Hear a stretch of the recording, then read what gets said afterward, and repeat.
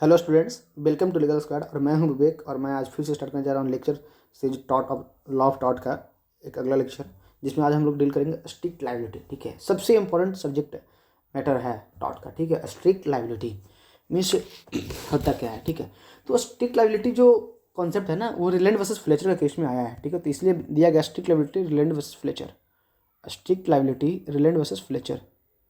इसलिए यहाँ पे मैं पीडीएफ में भी लिख दिया हूँ strict liability reliant versus Fletcher. ठीक है, स्ट्रिक्ट लायबिलिटी मीन्स कहाँ पे आपका एकदम लायबिलिटी मीन्स क्या होता है कि आपका रिस्पॉन्सिबिलिटी जवाबदेही कहाँ पे आपका जवाबदेही बहुत स्ट्रिक्ट होगा। बहुत स्ट्रिक्ट मीन्स आपको बहुत टू मच केयर करना ही है और इसके लिए आप ही रिस्पॉन्सिबल हो, आप ही लायबल हो। ठीक है, तो इसको कहा जाता है स्ट्रिक्ट लायबिलिटी। मतलब किस कंडीशन पे, किस सर्कमस्टांसेस पे, कौन सी परिस्थिति में आपको बहुत ज़्यादा कोशिश रहना होता है। ठीक है, बहुत ज़्यादा आपको केयर करना था, मतलब कि लायबिलिटी आपके ऊपर बहुत ज़्यादा चढ़ जाता है। जैसे स्ट्रिक्ट होता है, मतलब होता है ना कि स्ट्रिक्टनेस, बहुत स्ट्रिक्ट होना डिसिप्लिनरी मेथड में।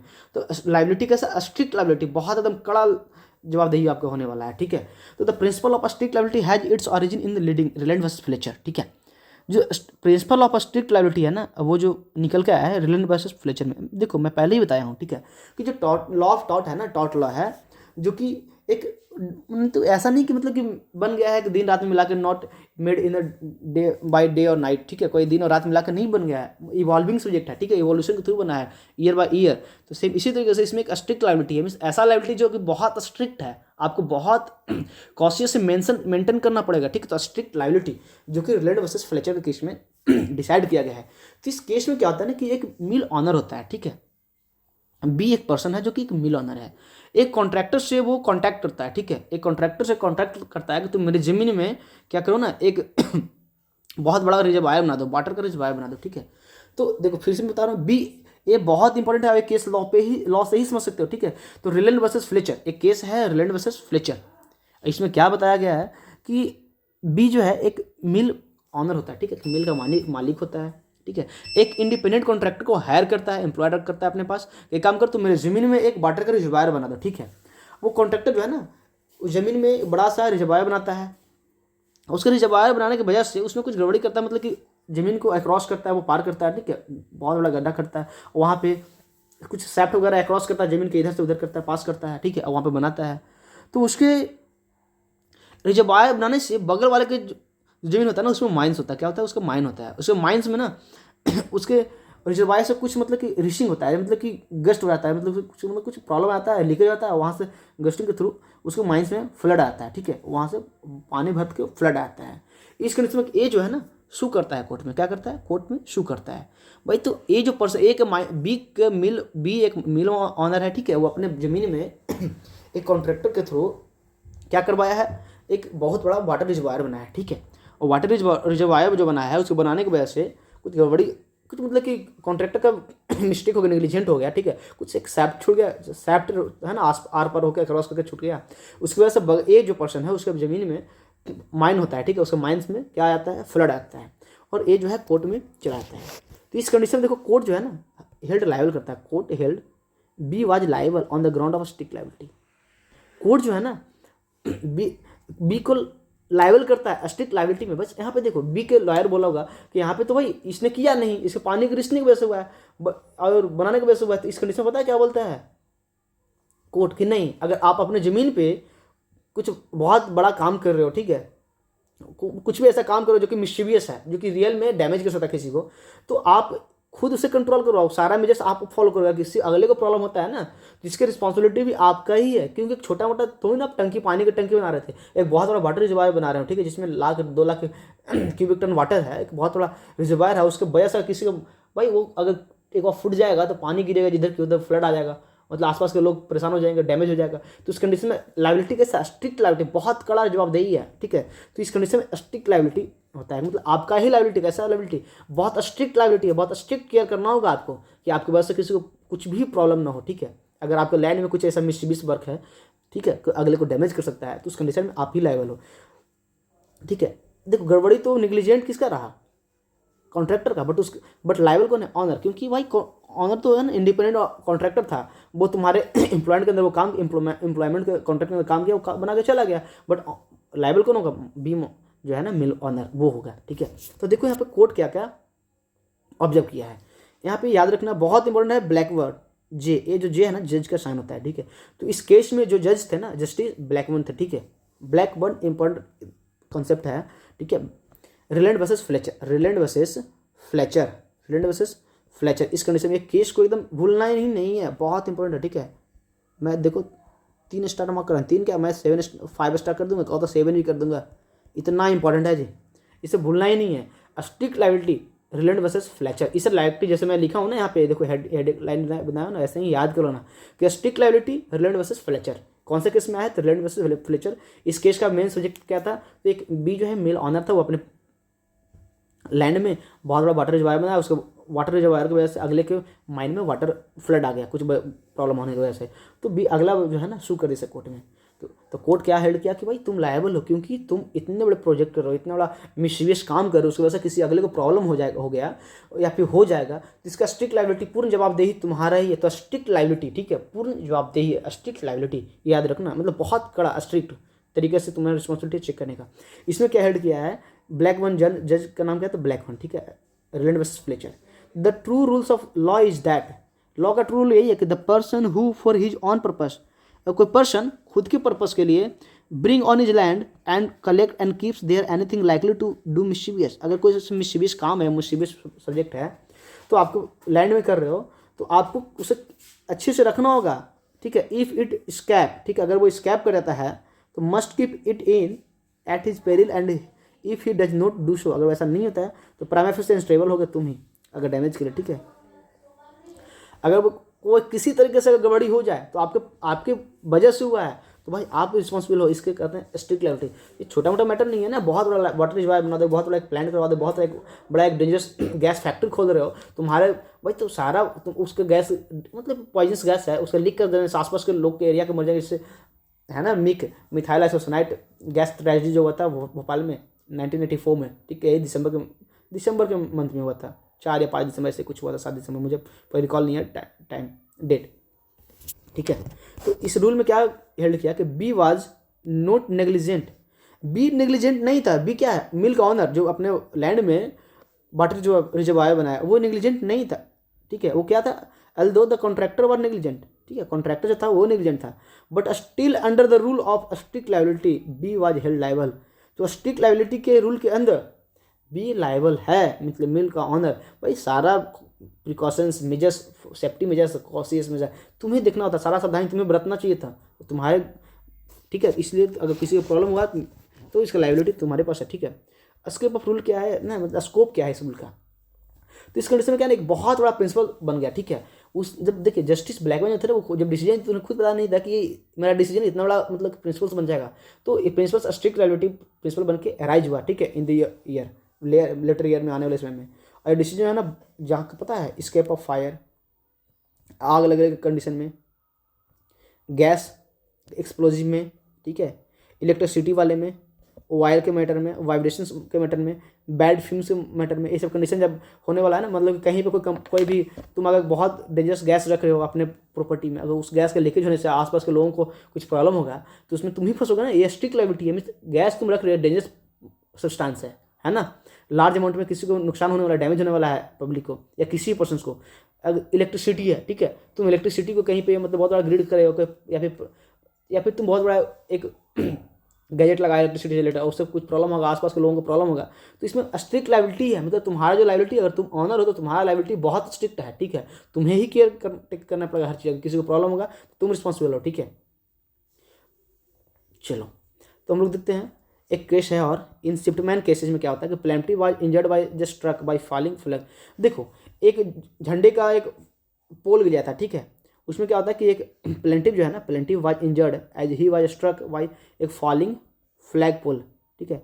तो एक फ्लैग पोल होता है, मतलब कि झंडे का एक बहुत बड़ा पोल होता है, वो गिर जाता है फ्लैग का, उसकी वजह से प्लेंटिव अटक जाता है, ठीक है, स्ट्रक कर जाता है उस कंडीशन में। तो उस कंडीशन में जिसका झंडा था ना डिपेंडेंट लायबल है कि rule was apply to D was held liable. भाई तुम इतने बड़ा झंडे का जो पोल लगाया ना, फ्लैग पोल लगाया, उसके गिरने से देखो तो अगले पर्सन लोग प्लेंटिव जो था वो स्ट्रक कर गया, तो तुम इतना बड़ा क्यों लगाया भाई, रियल में तो ये स्ट्रिक्ट लायबिलिटी है, तो मतलब तुम इतना बड़ा लगाया तो ठीक है, लायबिलिटी भी तुम्हारा ही है, ठीक है।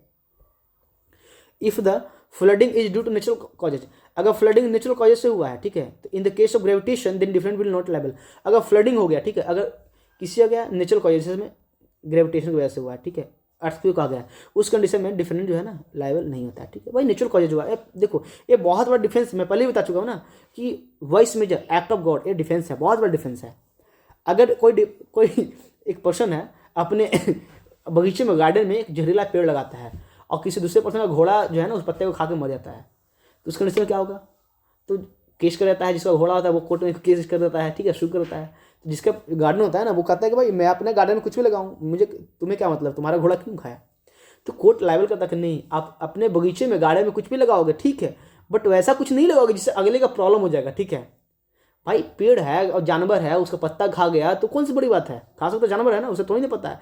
तो पॉइजनस ट्री, देखो ये है, if a person grows poisonous tree and his neighbours horse, उसका पड़ोसी का घोड़ा खा जाता है, ठीक है, लिप्स और over the compound and die मर जाता है, तो उसका कंडीशन में डिफरेंट और लायबल, जिसने पेड़ लगाया है ना वो लायबल होता है, ठीक है। चलो आगे देखता हूँ। देखो यहाँ पे सबसे जो सब्जेक्ट मैटर है ना, the question is whether things are dangerous और नॉट। यहाँ पे जो मेन क्वेश्चन है ना, जो थिंग्स डेंजरस है या नहीं है उस पर डिपेंड करता है, ठीक है, जस्टिस ब्लैकबर्न कहते हैं, ठीक है। यहाँ पे जो मेन क्वेश्चन है ना कि थिंग्स डेंजरस है या नहीं, अगर छोटे मोटे, ठीक है, कोई एक दूसरा पेड़ रहता वहाँ पे उसका पत्ता खा लेता तो उस कंडीशन में लायबल नहीं था भाई।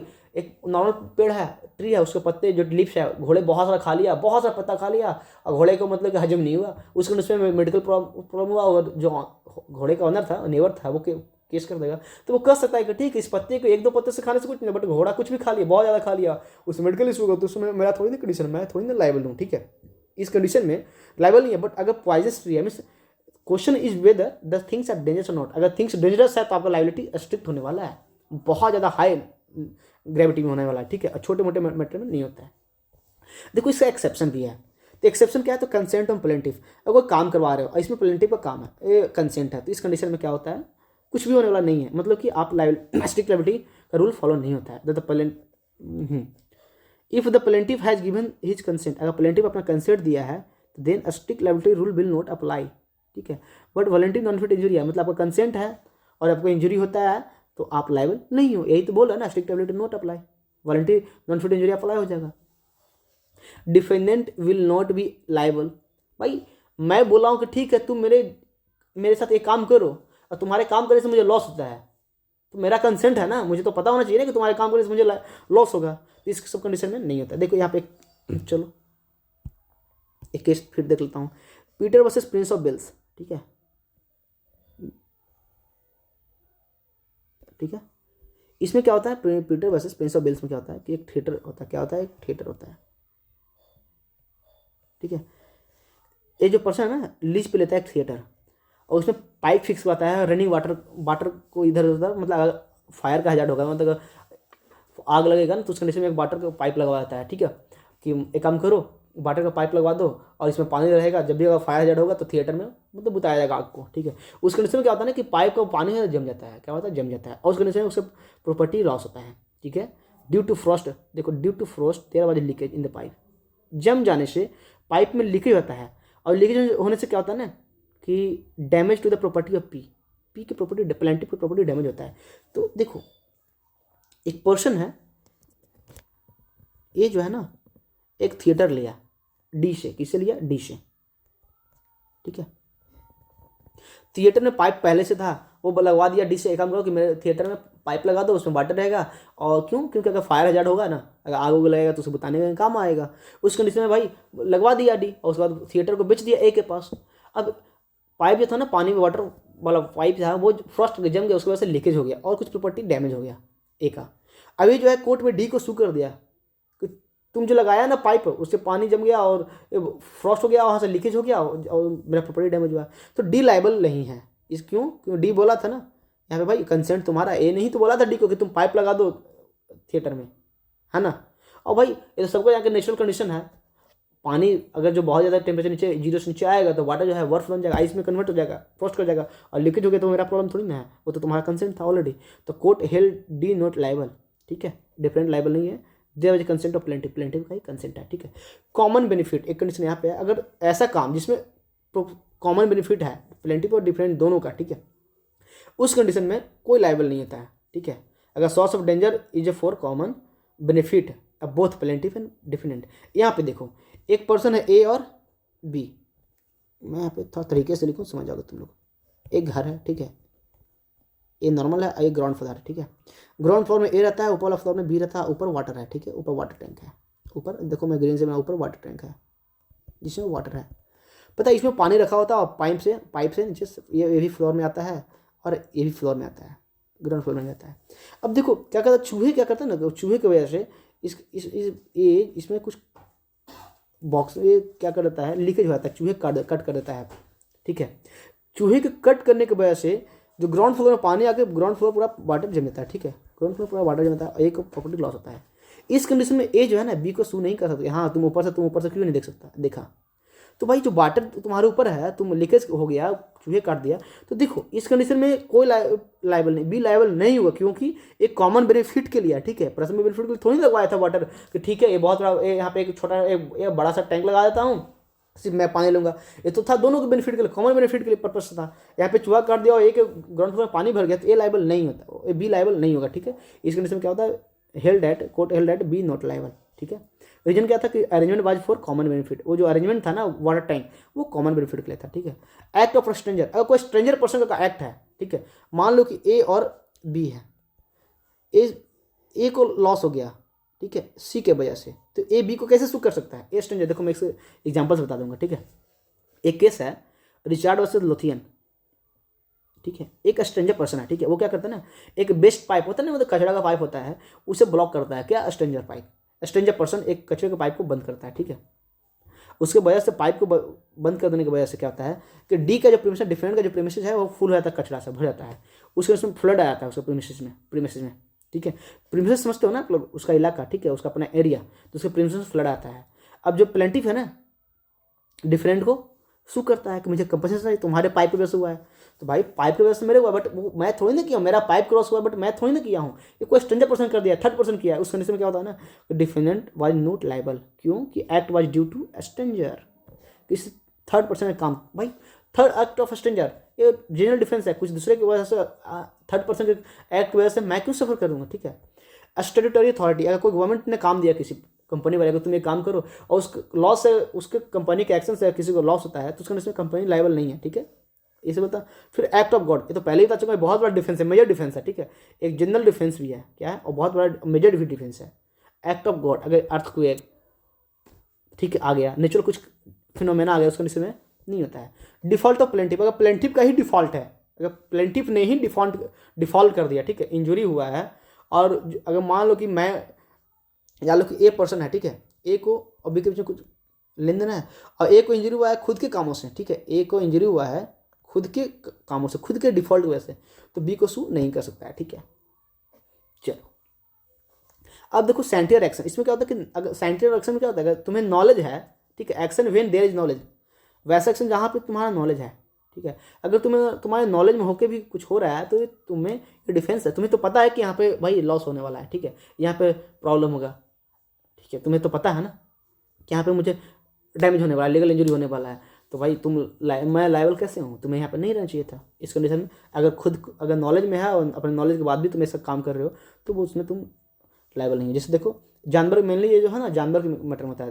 देखो जानवर दो तरह का होता है, animal are broadly classified in two categories, first ferae naturae and mansuetae naturae, ठीक है, मेंसिट नेचुरी मतलब कि फिरोसियस नेचर का और मेंसिट नेचर का। जानवर दो तरह का होता है ना, फिरोसियस बहुत मतलब खुखार नेचर का, जिससे मतलब कि टाइगर, पैंथर, लियोपार्ड, ये सब फिरोसियस नेचर का होता है, और एक नॉर्मल मेंसिट नेचर का मीन्स एकदम बिल्कुल थोड़ा कोल्ड, काम, डोसाइल, क्वाइट, ठीक है, तो ये सब नेचर का होता है। तो फिरोसियस नेचर मीन्स फिरोसियस एनिमल्स, ठीक है, बाय नेचर। चलो तो डोमेस्टिक एनिमल्स जो होते हैं वो मेंसिट नेचर का होते हैं, ठीक है। तो डोमेस्टिक नेचर का एनिमल का कुछ काम होता है तो उसमें लायबल नहीं रहता, सेंटर एक्शन। अगर फिरोसियस एनिमल्स है, ठीक है, अगर मैं एक फिरोसियस एनिमल रख रहा हूँ, मैं लायन और टाइगर को अपने घर में रख रहा हूँ, पाल रहा हूँ, पोष रहा हूँ, मतलब ठीक है, मेरा पेट है कोई लायन, और उसकी वजह से अब आप मान लो कि वो निकला, किसी को डैमेज कर दिया, किसी को नोच लिया, बगल वाले को मेरा, ठीक है, या किसी का काऊ को खा गया, किसी का डंकी को खा गया, गाय को मेरा टाइगर खा गया, भाई तो ये लायबल हूँ। क्यों लायबल हूँ? क्योंकि मैं फ्यूसिस एनिमल को रख रहा हूँ, फ्यूसिस खतरनाक एनिमल को रख रहा हूँ, लायन को रख रहा हूँ, मैं अपने घर में शेर को पाल रहा हूँ। भाई मैं पाल रहा हूँ तो मुझे पता है ना, ये सबको पता है कि भाई शेर तो निकलेगा तो किसी को डैमेज ही करने वाला है, तो इस कंडीशन में अगर डैमेज करता तो लायबल मैं हूँगा।